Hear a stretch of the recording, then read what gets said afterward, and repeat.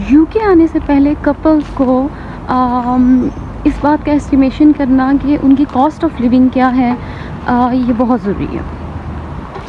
आप किसी भी वीज़ा पर आ रहे हैं, आप चाहे स्टूडेंट हैं, आप वर्क वीज़ा पर हैं, ये बात हर कपल के लिए जानना लाजमी है कि आपका कॉस्ट ऑफ लिविंग क्या है। क्योंकि हमें फॉर एग्ज़ाम्पल कोई भी वीज़ा जो है इशू हो जाता है और हमें ये नहीं पता होता कि यहाँ पे डिफरेंट जो है सिटीज़ हैं और उनकी क्या कॉस्ट है। हम बिल्कुल इस पे जो है वर्कआउट नहीं करते और हम फ़ौरन यूके आ जाते हैं। यूके का वीज़ा चले आप किसी तरह से ट्राई करते हैं, आपको इशू हो गया। अब जब आप यूके आते हैं और आपका सबसे पहले जो रेजिडेंस का इशू होता है, चाहे आप किसी भी एरिया में चले जाएं। अगर मैं लंदन की बात करूं तो लंदन में अगर एक कपल है तो कपल के हिसाब से आपको ये नहीं होगा कि आपको 500-600 यहाँ पे सिंगल रूम के 500-600 एक सिंगल पर्सन के लिए भी हैं। वो भी कुछ मैं इलाकों का आपको बता रही हूँ। देन बात होती है कपल की, तो ये आपसे 900-1000 तो कहीं भी नहीं गया। 1000 पाउंड जो है आपको जो है वो एक कपल का होता है। और अगर आपका किड भी साथ है तो फिर आपको इसके 1100-1200 डिपेंड करता है कि आप किस एरिया में आ रहे हैं।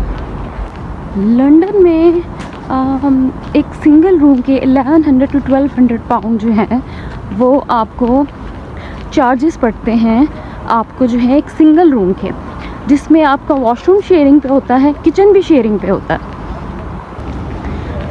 और इसमें यह है कि आप जो ये नहीं है कि सिर्फ आपने वन टाइम जब आप आए हैं आपको सिर्फ और सिर्फ रूम का रेंट 1200 और वट एवर 11, 12, 13 जितना भी है, डिपेंड करता है कि उसकी लोकेशन क्या है, उसका कितना वो अच्छा बना हुआ है। अगर उसमें फैसिलिटीज़ ज़्यादा हैं तो उसकी कॉस्ट उसी हिसाब से होगी, एरियाज़ के हिसाब से भी।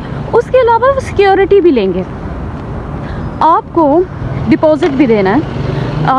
डिपॉज़िट प्लस आपका जो है रेंट जो है वो आपको आते ही जो है रेजिडेंस के लिए देना है।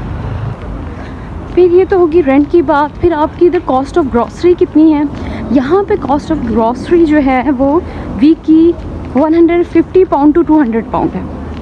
ठीक है, ये एस्टिमेशन हो गया 120-50, यानी डिपेंड करता है, यानी कि एक नॉर्मल घर का जो है जो ग्रॉसरी है वो तकरीबन आपको 150-200 पाउंड तक की वीक की ग्रॉसरी जो है वो आपको आएगी। फिर अगर आप कोई व्हीकल रखते हैं, फॉर एग्ज़ाम्पल आपके पास कार है, उसकी इंश्योरेंस अप्रॉक्सीमेटली 400 पाउंड कर लें आप। 400 पाउंड उसकी इंश्योरेंस हो गई। अगर यहाँ पे ये नहीं है कि आपकी कोई व्हीकल है तो वो इतना इजी होता है रखना, उसकी मेंटेनेंस कॉस्ट बहुत है। उसके अलावा यहाँ पे जो है पार्किंग एरियाज़ बहुत कम अलॉट किए जाते हैं। आप कहीं भी पार्किंग करते हैं और आपको 100 पाउंड 70 पाउंड का टिकट आराम से लग जाता है।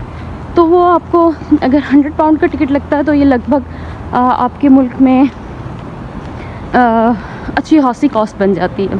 तो यानी यहाँ पे इस तरह अनसर्टेनिटी बहुत है कि आपको जो है बहुत सारे ऐसे चार्जेस हैं जो कि आपको फेस करने पड़ सकते हैं जब आपके पास व्हीकल है। यहाँ पे जो है ओवर स्पीडिंग पे बहुत ज़्यादा चार्जेस लग जाते हैं। तो ये वो कास्ट है जो कि अगर व्हीकल रखने वाले हैं तो उनको फेस करनी पड़ती है यहाँ पे। यानी आपके मंथली एक्सपेंडिचर जो है वो 3000 से क्रॉस कर जाते हैं, 2500 to 3000 क्रॉस कर जाते हैं। और अगर आप वर्क वीज़ा पे हैं तो आपको ज़्यादा से ज़्यादा 2000 जो है वो सैलरी मिल रही होती है। आपकी मिसेस अगर काम नहीं कर रही, आपको वो मैनेज करना होता है। आप सिक्योरिटी की फॉर एग्ज़ाम्पल, क्योंकि आप डिपेंडेंट आए हुए अगर मिसेस पे, सिक्योरिटी की जॉब ऐसी है कि कभी आपको शिफ्ट मिलती है, कभी नहीं मिलती है। फिर आपको मैनेज करना, आपको tax cost of living is so expensive है। अगर आप जो है आपका डिपेंडेंट जो है वो डिलीवरी वगैरह का काम करते हैं तो यहाँ भी ऑब्वियसली जो मैंने आपको बताया कि एक्सपेंस बहुत ज़्यादा है आपको कोई भी व्हीकल रखने के, प्लस जो है वो आपको टिकट्स वगैरह के बहुत ज़्यादा इधर इश्यूज़ होते हैं जो आपको फेस करने पड़ जाते हैं। तो यहाँ पे एक कपल का विद किड रहना बहुत मुश्किल है। इनिशियली तो ये जो है सर्वाइवल ही बहुत ज़्यादा डिफ़िकल्ट हो जाता है। आप किसी भी वीज़ा पर हों, चाहे मैं आपको बता रही हूँ वर्क वीज़ा पर हों, वो इतने आपको पे नहीं कर रहे जितना कि वो आपसे वर्क वीज़ा आपका एजेंट ले लेता है, या फिर आपके जो है यूनिवर्सिटी, आप सोचें कि आप जो है आपने यूनिवर्सिटी की फ़ी भी देनी है, अपनी जो है वो फैमिली को भी जो है वो उनकी जो है वो भी ज़रूरतें पूरी करनी है। तो ये ऐसा नहीं है कि आप ऐसे वर्क वीज़ा पर आएँ या स्टूडेंट वीज़ा पर आएँ और आप जो है आप कहें बहुत सेविंग हो जाती है, आप जो इधर कमा रहे होते हैं नेक्स्ट मंथ आपके पास कुछ नहीं रहता, क्योंकि यहाँ पे एक्सपेंस बहुत है। ये नहीं है कि लंदन में एक्सपेंस है, आप बाकी सिटीज़ का भी देख लें, ज़्यादा से ज़्यादा 100, 200, 300 पाउंड जो है वो इससे जो है कम हो सकता है, लेकिन उनकी भी जो है कॉस्ट ऑफ लिविंग बहुत ज़्यादा है, क्योंकि लंदन में टैक्सेस बहुत ज़्यादा हैं, आपको बहुत ज़्यादा टैक्सेस पे करने पड़ते हैं। तो आप सिर्फ ये ना देखें कि आप जो है सिर्फ एक लंदन में आ रहे हैं और आपने एजेंट को पैसे दे दिए, डेट्स इट। नहीं, आपका असल जो है वो आपका एक्सपेंस तो स्टार्ट ही यहाँ होता है जब यहाँ पे आप पहुँच जाते हैं। आपको अपना रेंट से लेकर अपनी ग्रॉसरी से लेके अपने टैक्सेस से लेके ये सब चीज़ें खुद से मैनेज करनी है, क्योंकि आप इतना पैसे अपनी फ़ी की सूरत में एज ए स्टूडेंट दे के आ चुके होते हैं, या अपने एजेंट को जो है अपने वीज़े की सूरत में दे के आ चुके होते हैं कि आपके पास इतना एक्सपेंस नहीं रहता है इतने कि आप इनको मैनेज कर सकें, क्योंकि यहाँ पे इतना पे नहीं करते हैं जितने के इनके एक्सपेंस होते हैं। तो आपको इस चीज़ को देखना, ये जो कपल जो है जब भी प्लान करे उसको ये ज़रूर देखना चाहिए कि हमें जो है वो कौन कौन सी जो है इश्यूज़ जो हैं उसको हम जो है सामना करना पड़ सकता है, और क्या हम जो है ये कॉस्ट बियर कर सकते हैं। देन आपको ज़रूर डिसीजन लेना चाहिए, क्योंकि सिर्फ़ और सिर्फ ये चीज़ कि आपको वीज़ा, वर्क वीज़ा या स्टूडेंट वीज़ा या किसी तरह से भी आप आ जाएं और देन ऑब्वियसली फैमिली के साथ यहाँ पे मैनेज करना और इसको लेके चलना, आप किसी भी मुश्किल का सामना कर सकते हैं यहाँ पे। तो आपको ज़रूर प्लानिंग करके इसको प्रॉपर सॉर्ट आउट इसको देख के आना चाहिए।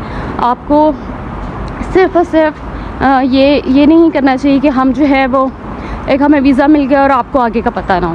तो आपको इन चीज़ों को लाजमी देखना चाहिए कि हम इन चीज़ों को मैनेज कर सकते हैं, हमारी इतनी सैलरी है कि हम जो है वो इन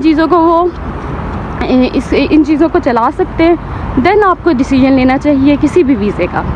थैंक यू।